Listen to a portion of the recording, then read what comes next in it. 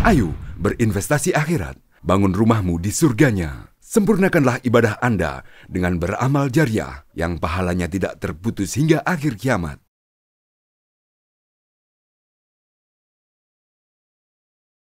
Assalamualaikum warahmatullahi wabarakatuh. Alhamdulillah. Alhamdulillahi ala ihsanih wa syukru lahu ala taufiqihi wa amtinanih. Wassalatu wassalamu ala ashrafil anbiya'i wal mursalin wa ala alihi wa ashabih. Thumma amma ba'd. Jamaah rahimani wa rahimakumullahu ta'ala. Hendaknya kita senantiasa bersyukur kepada Allah Subhanahu wa ta'ala atas segala nikmat yang Allah karuniakan kepada kita. Salawat dan taslim senantiasa kita haturkan kepada tauladan kita Nabiullah Muhammad sallallahu alaihi wasallam beserta keluarga beliau, sahabat-sahabat beliau, para tabi'in dan tabi'ut tabi'in.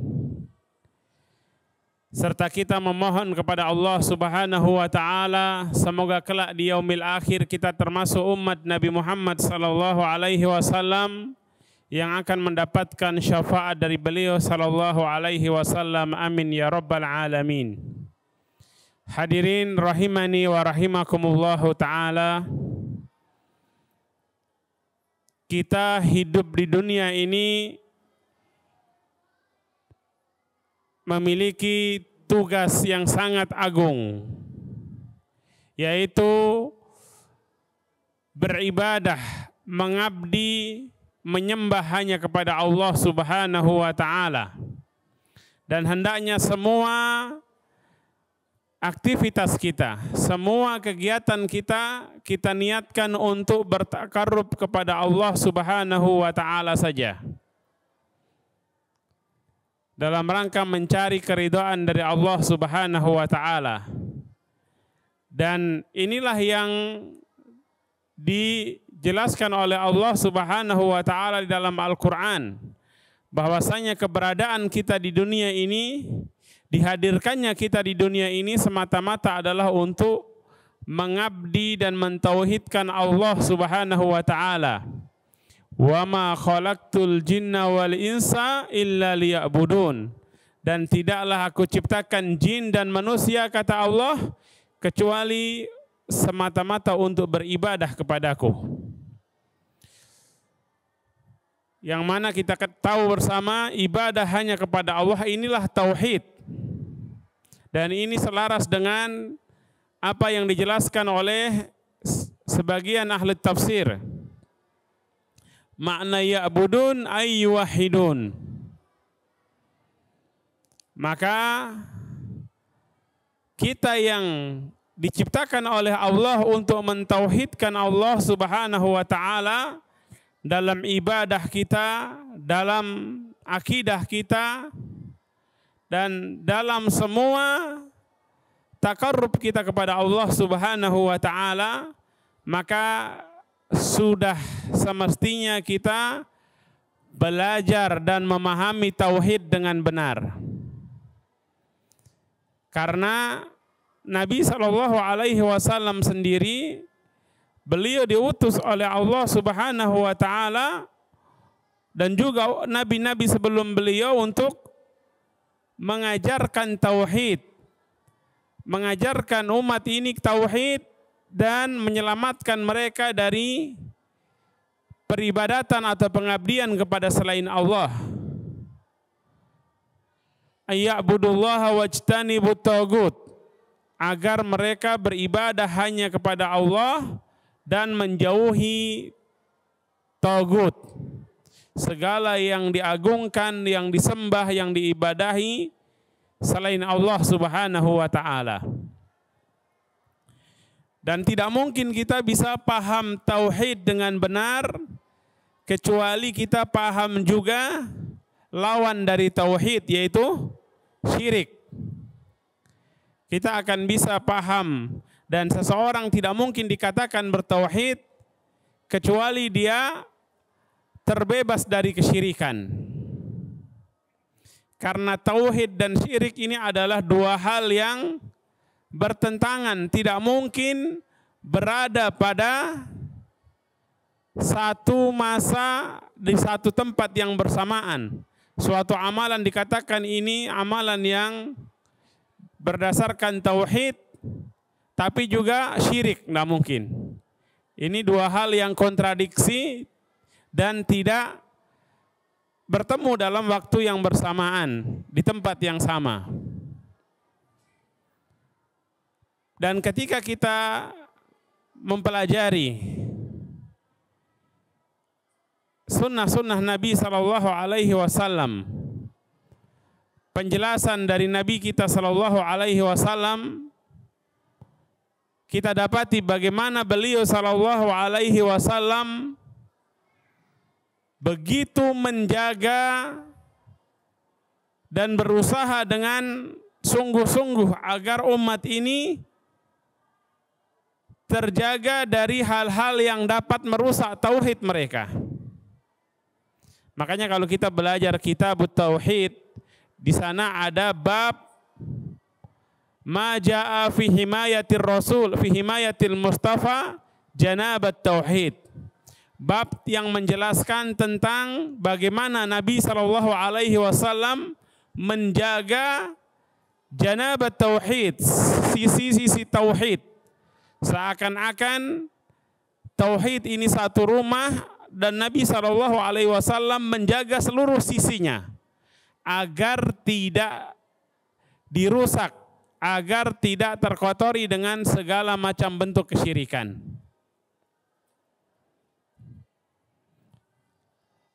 Karena syirik ini adalah kezaliman yang paling besar, maka tidak heran kalau Nabi Shallallahu Alaihi Wasallam memberikan perhatian yang begitu besar agar kita terselamatkan dari kesyirikan. Allah Subhanahu Wa Taala menjelaskan tentang begitu besarnya kezaliman syirik itu dalam Al-Quran, yang Allah abadikan tentang wasiatnya Luqman kepada putra beliau. Ya bunayya la tusyrik billah. Wahai putraku, janganlah engkau menyekutukan Allah, berbuat syirik kepada Allah. Inna syirka la zulmun azim. Sesungguhnya kesyirikan itu adalah kezaliman yang azim. Al-Imam Ibnu Katsir rahimahullahu ta'ala ketika menjelaskan ayat ini, di dalam tafsir beliau, tafsir Ibnu Katsir atau tafsir Al-Qur'anil Azim yang lebih dikenal dengan tafsir Ibnu Katsir, beliau mengatakan zulmun adim ay a'zamu zulmin, kezaliman yang paling besar yaitu syirik. Yang dimaksud dengan zulmun adim adalah kezaliman yang paling besar. Maka tidak heran ketika Nabi Shallallahu Alaihi Wasallam begitu memperhatikan hal ini, bahkan benar-benar menjaga agar umat ini terjauh dari segala macam bentuk kesyirikan, dicegah, bukan sekedar dilarang.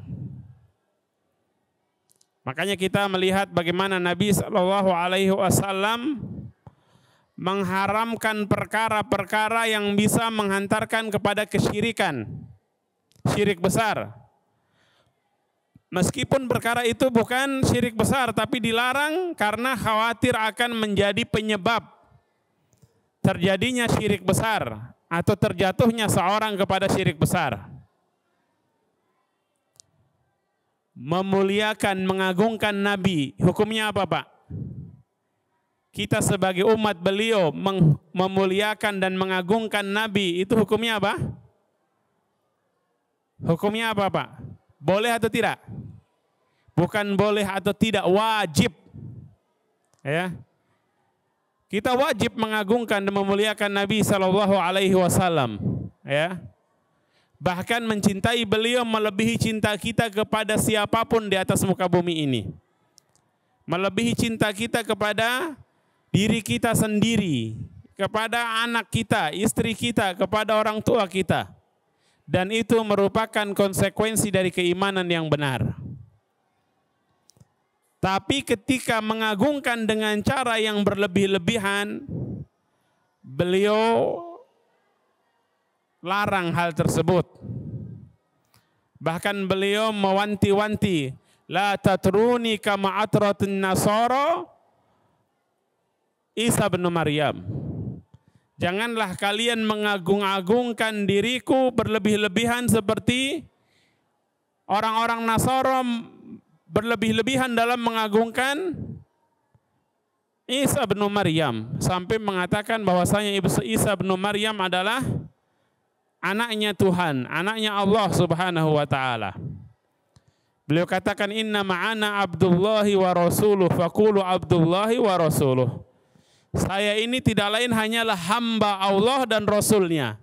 Maka cukup katakan hamba Allah dan Rasulnya.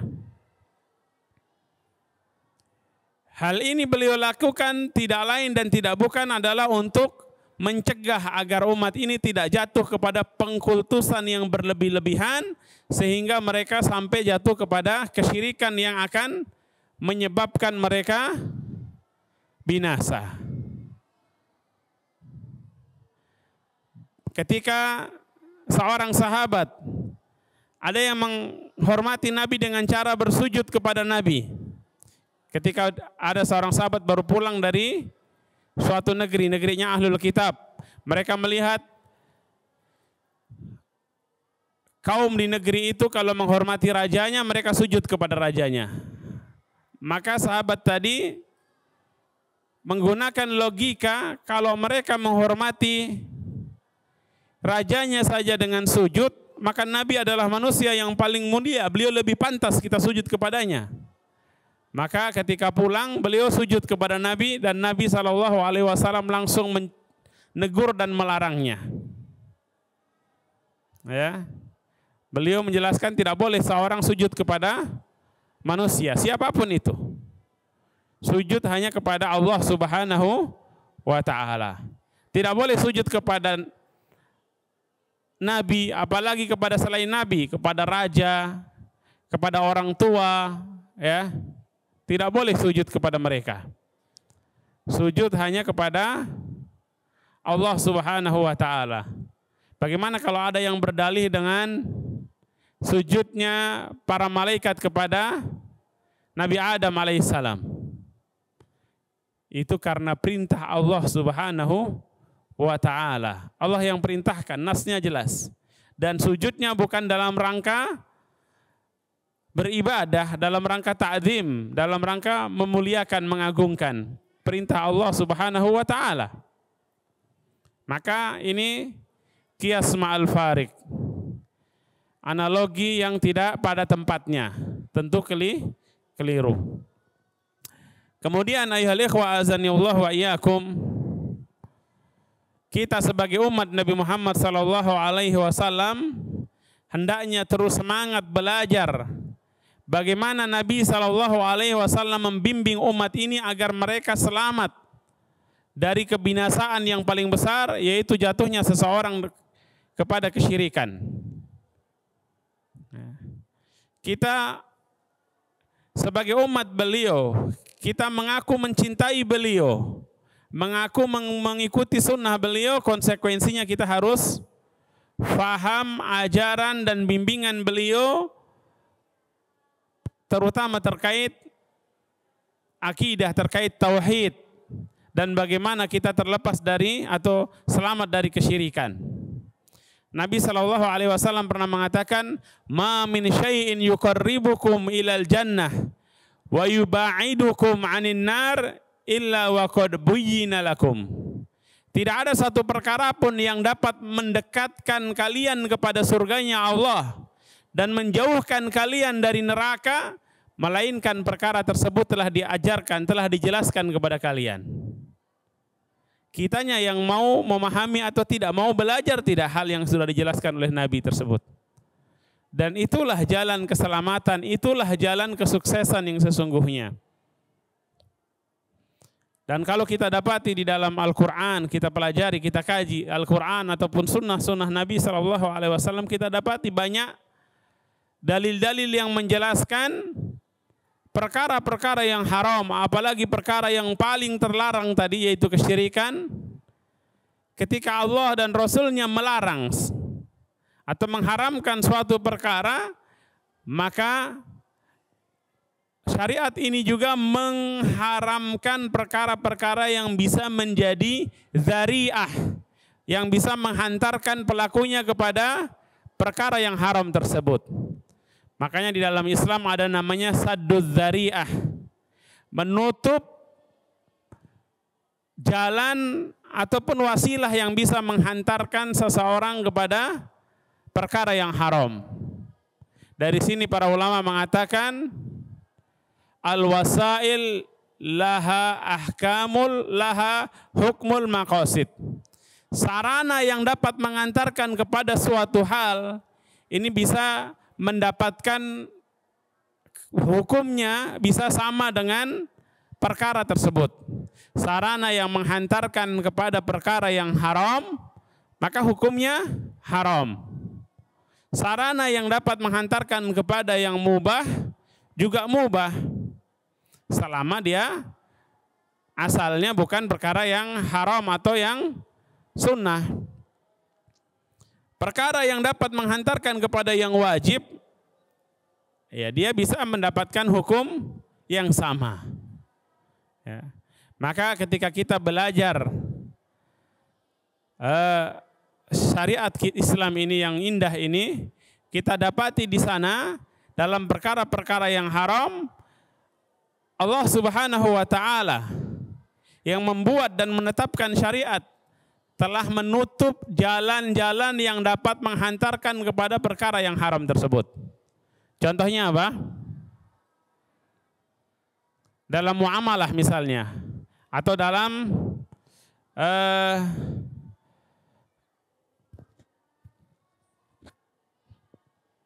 atau sesuai dengan pembahasan kita dalam masalah akidah.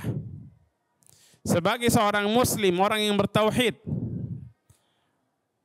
boleh enggak kita meyakini atau membenarkan peribadatan orang di luar Islam? Boleh tidak? Tidak boleh. Apa yang harus kita yakini tentang peribadatan mereka? Ada yang menyembah patung, ada yang menyembah, ya semua yang jelas menyembah selain Allah. Wajib kita meyakini bahwasanya peribadatan itu adalah batil. Peribadatan itu adalah menyimpang dari syariat Allah Subhanahu wa Ta'ala. Tapi apakah lantas kita diperbolehkan mengolok-olok, mencaci maki, menjelek-jelekan mereka atau Tuhannya mereka di hadapan orang-orang yang menyembah selain Allah tadi? Boleh atau tidak? Kita yakini bahwasanya itu batil. Dan yang menyimpang dari tauhid, ya, Allah sudah jelaskan di mana tempatnya. Tetapi kita tidak boleh mengolok-olok mereka kalau itu atau karena itu bisa menjadi dzari'ah yang menghantarkan mereka melakukan hal yang buruk terhadap syariat ini. Kata Allah Subhanahu wa Ta'ala, "Wala tasubbul ladzina yad'una min dunillah fayasubbullaha adwan bighairi ilm." Dan janganlah kalian mengolok-olok, mencaci maki orang-orang yang menyembah selain Allah. Kenapa? Apakah karena ibadah mereka benar kita nggak boleh mengolok-olok? Tidak, ibadah mereka batil, ibadah mereka sesat.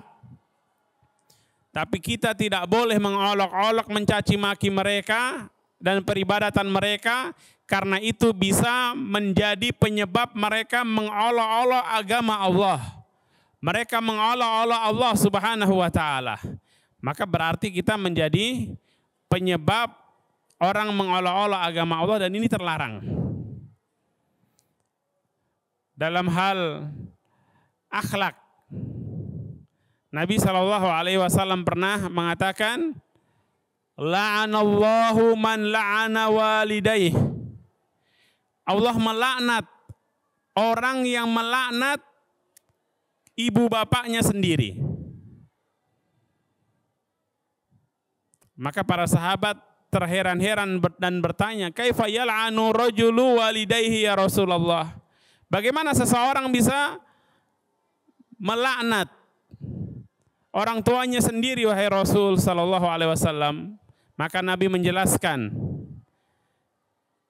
la'ana rajul walidai ghairih fa la'ana walidayhi.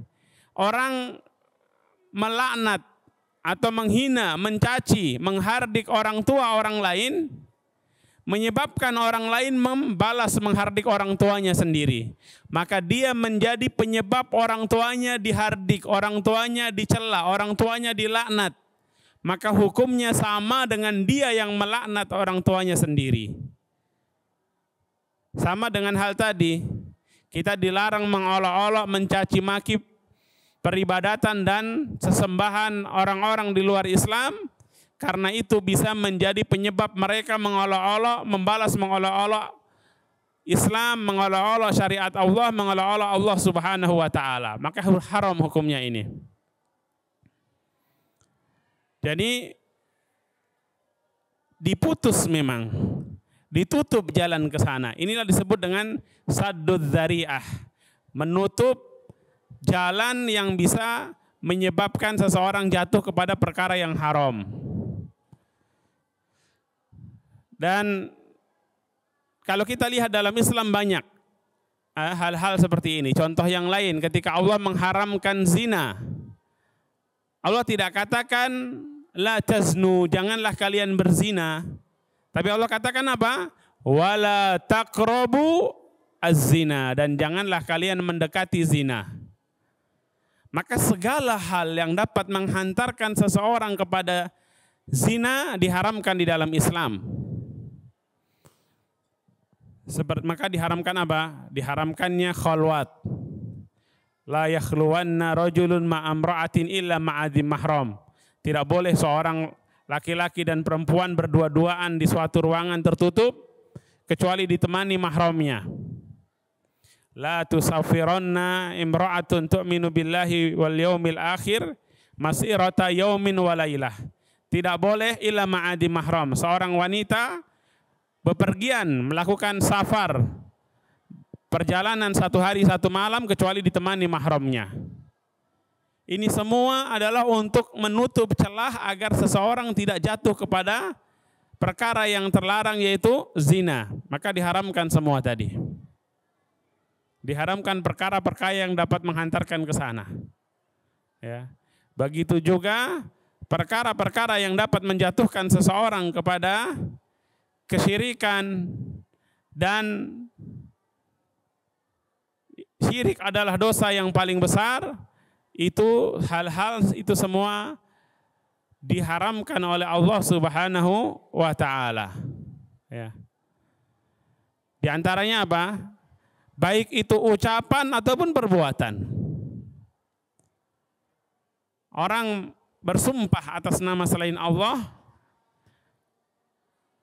syirik besar atau bukan? Bukan. Tapi haram. Bahkan para ulama menjelaskan itu termasuk syirik kecil. Syirik kecil dan dosa besar. Nah, syirik kecil tapi dia dosa besar. Adapun bedanya syirik kecil dan syirik besar kita sudah pernah jelaskan. Jangan dipikir oh syirik kecil. Syirik kecil itu dosa besar, Pak. Ya. Man halafa bi ghairillahi faqad asyrak. Orang yang bersumpah dengan nama selain Allah, bersumpah demi langit, bersumpah demi bumi, bersumpah demi orang tuanya, itu sebuah kesyirikan, syirik kecil. Dilarang karena bisa menjadi jalan seseorang jatuh kepada syirik besar, waliya'udzubillah.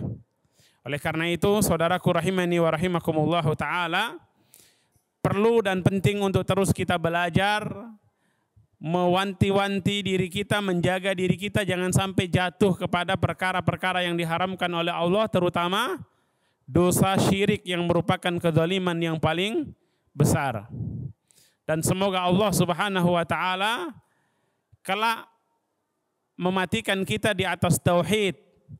Kita akhir kata yang kita ucapkan adalah kalimatut tauhid, la ilaha illallah. Dan semoga kelak kita dimasukkan ke surganya dengan tauhid. Amin ya rabbal alamin. Wallahu ta'ala a'lam bisawab. Wassallallahu ala nabiyyina Muhammadin wa ala alihi wa sahbihi wasallam. Wa akhiru da'wana alhamdulillahi rabbil alamin.